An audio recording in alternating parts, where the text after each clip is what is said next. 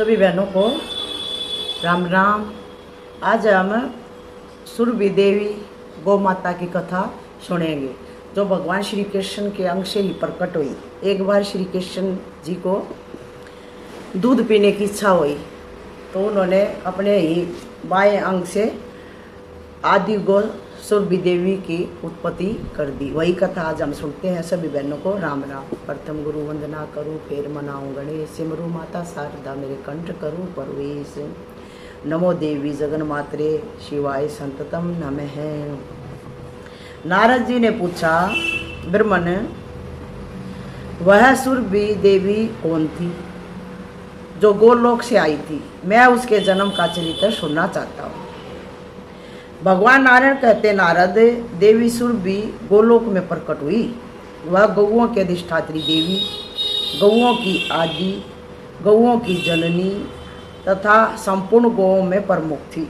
मुने समस्त गौओं से प्रथम वृंदावन में उस सुरभि का ही जन्म हुआ था। सबसे पहले सुरभि देवी गाय रूप में प्रकट हुई।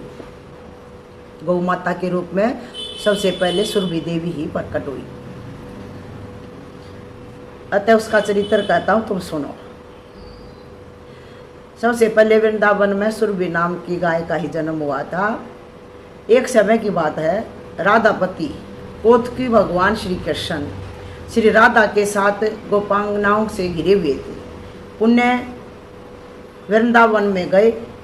कौतूहलवश थक जाने का बहाना सहसा किसी एकांत स्थान में बैठ गए और उन स्वेच्छा में प्रभु के मन में दूध पीने की इच्छा प्रकट हो गई। राधा रानी के साथ और गोपियों के साथ वृंदावन में गए थे तो मजाक करने की सूझी भगवान ने थकने का बहाना कर लिया और एकांत में जाकर बैठ गए और वहाँ पे दूध पीने की इच्छा प्रकट हुई। अब दूध पीने की इच्छा प्रकट हुई तो भाई गाय तो चाहिएगी। तो उसी क्षण उन्होंने अपने वाम अंग से लीलापूर्वक सुरभि गौ माता को प्रकट कर दिया। बछड़ा उस गौ के साथ ही था। उसके थनों में दूध भरा हुआ था। उसके बछड़े का नाम मनोरथ था। उस सवत्सा गौ को सामने देखकर श्री दामा ने एक नूतन पात्र में उसका दूध निकाला। वह दूध जन्म और मृत्यु को दूर करने वाला एक दूसरा ही अमृत था। स्वयं गोपीपति मन भगवान श्री कृष्ण ने उस स्वादिष्ट दूध को पिया। फिर हाथ से वह माट गिर के फूट गया और दूध धरती पर बिखर गया। गिरते ही वह दूध सरोवर के रूप में परिणित हो गया, एक सरोवर के रूप में बह चला। उसकी चारों ओर की लंबाई और चौड़ाई 100 योजन थी। वही वह सरोवर गोलोक में क्षीर सरोवर नाम से प्रसिद्ध है। आज भी होगा ये क्षीर सरोवर के नाम से। गोलोक धाम में, भगवान के गोलोक धाम में क्षीर सरोवर नाम से प्रसिद्ध है। गोपियों और श्री राधा के लिए वह कीड़ा सरोवर बन गया। सभी वहाँ मनोरंजन करने लगी। अमूल्य रत्नों द्वारा उस परिपूर्ण सरोवर के घाट बने थे। भगवान श्री कृष्ण की इच्छा से उसी समय अकस्मात असंख्य कामधेनु गोए प्रकट हो गई। जितनी वे गोए थी उतने ही गोप भी थे। उस सुरभि गो के रोमकूप से निकले आए। सुरभि गाय के रोमकूप से उतने ही गौवे निकल गिरी, उतने ही गोप ने प्रकट हो गए सुरभि गौ माता के ही शरीर से। फिर उन गौओं से बहुत सी संतानें हुई जिनकी संख्या गिनी नहीं जा सकती थी। यूँ उस सुरभि देवी से गौओं की सृष्टि कही जाती है। इस प्रकार सुरभि गौ माता से ही ये गौ माताओं की सृष्टि हुई है जिसे जगत व्याप्त है।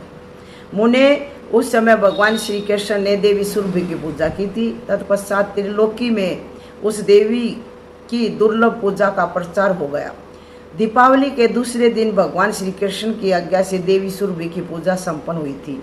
यह प्रसंग मैं अपने पिता धर्म के मुख से सुन चुका हूँ। महाभाग देवी सुरभि का ध्यान, स्तोत्र, मूल मंत्र तथा पूजा की विधि का क्रम मैं तुमसे कहता हूँ, वो सुनो।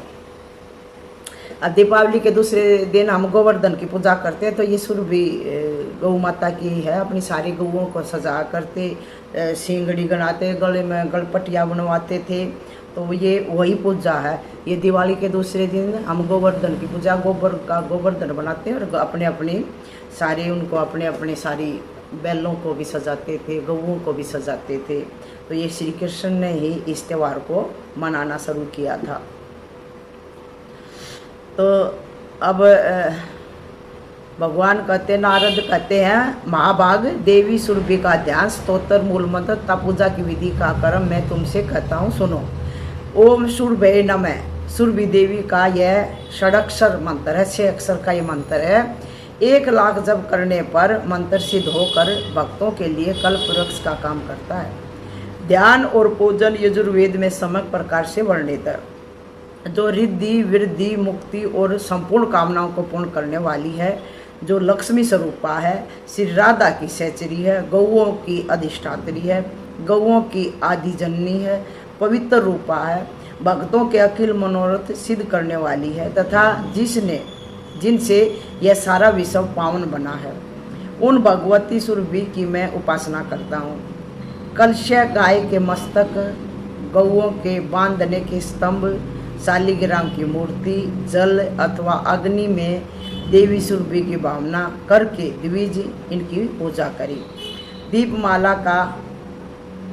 दीपमालिका के दूसरे दिन पूर्वाह्न काल में भक्ति पूर्वक पूजा होनी चाहिए। पूर्व काल मतलब दोपहर के समय, मध्य काल में। जो भगवती सुरभि की पूजा करेगा वह जगत में पूज्य हो जाएगा। एक समय की बात है, वाराकल्प बीत रहा था। देवी सुरभि ने दूध देना बंद कर दिया। 12वां कल्प बीत रहा था तो देवी सुरभि ने दूध देना बंद कर दिया। उस समय त्रिलोकी में दूध का अभाव हो गया। तब देवता अत्यंत चिंतित होकर ब्रह्मलोक में गए और उनकी स्तुति करने लगे। अब इनका भी कुछ समय ही था, तो अपने इनको भी गोलोक धाम जाने की इच्छा हो रही होगी सुरभि गौ माता को, तो इन्होंने भी अपना समेट लिए थे अपनी लीला। तो सारा ही देवता लोग तो दुखी हो गए, तो वो सारे फिर दुखी हो गए, तो ब्रह्मलोक में पहुँचे ब्रह्मा जी के पास। तदंतर इंद्र ने ब्रह्मा जी की आज्ञा पाकर देवी सुरभि की स्तुति की। इंद्र ने कहा, देवी को नमस्कार है। अब इंद्र स्तुति कर रहा है सुरभि गौ माता की। इंद्र ने कहा, देवी को नमस्कार है, महादेवी सुरभि को बार बार नमस्कार है, जगदम्बिका की को मेरा बार बार नमस्कार है, तुम गाँव की आदि कारण हो, तुम्हें नमस्कार है। श्री राधा प्रिया को नमस्कार है, देवी पद्मांशा को बार बार नमस्कार है, श्री कृष्ण प्रिया को नमस्कार है, गौओं को उत्पन्न करने वाली देवी को बार बार नमस्कार है। सबके लिए जो कल्प वृक्ष रूपा है तथा क्षीर, धन और बुद्धि प्रदान करने के लिए सदा तत्पर रहती है, उन भगवती सुरभि को बार बार नमस्कार है। सुभद्रा गोप्रदा नाम से शोभा पाने वाली देवी को बार बार नमस्कार है। यश, कीर्ति और धर्म प्रदान करने वाली देवी को बार बार नमस्कार है। इस प्रकार स्तुति सुनते ही जग जननी भगवती सुरभि संतुष्ट और प्रसन्न हो उस ब्रह्मलोक में ही प्रकट होगी। आगी ब्रह्मलोक में, ब्रह्मा जी के लोक में आगी सुरभि। वह सनातनी देवी देवराज इंद्र को परम दुर्लभ अभिष्ट वर देकर गोलोक को चली गई। आके और इंद्र को वर देके और वापिस अपने गोलोक धाम में पधार गई। देवता भी अपने अपने स्थानों को चले गए। नारद अब विश्व सहसा दूध से परिपूर्ण हो गया। दूध से घृत बना, घृत से यज्ञ संपन्न होने लगे तथा उनसे देवता संतुष्ट होने लगे। देखो ये प्रक्रिया है सारे विश्व का कल्याण करने की। गौ माता दूध देती है, उनसे घी बनता है, घी बनकर यज्ञ हवन होते हैं, यज्ञ हवन होके और फिर देवता संतुष्ट होते हैं तो वही वृष्टि करते हैं, तो हमारी धरती माता में अन्न उपजता है। जो मानव इस महान पवित्र स्तोत्र का भक्तिपूर्वक पाठ करेगा वह गोधन से संपन्न, प्रचुर संपत्ति वाला, परम यशस्वी और पुत्रवान हो जाएगा। उसे संपूर्ण तीर्थों में स्नान करना तथा अखिल यज्ञों में दीक्षित होने का फल सुलभ होगा। ऐसा पुरुष इस लोक में सुख भोग कर अंत में भगवान श्री कृष्ण के धाम को चला जाता है। चिरकाल तक वहाँ रहकर भगवान की सेवा करता रहता है। पुण्य इस संसार में उसे नहीं आना पड़ता। वह ब्रह्मलोक में ब्रह्मा जी का पुत्र होकर वही निवास करता है। यहाँ हमारा अध्याय होया 49 पूरा। बोल सुरभि गौ माता की जय, श्री कृष्ण भगवान की जय, राधा रानी की जय, श्री कृष्ण गोविंद हरे मुरारी, हे नाथ नारायण वासुदेव, श्री कृष्ण गोविंद हरे मुरारी, हे नाथ नारायण वासुदेव, हे नाथ नारायण वासुदेवा, हे नाथ नारायण वासुदेवा। बोल श्री कृष्ण भगवान की जय।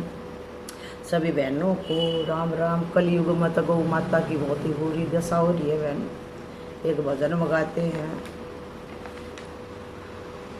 इस कलयुग में गौ माता का कोई कोई है रखवाला। ये भारत देश है हमारा, पूरा याद रखिए मेरे को।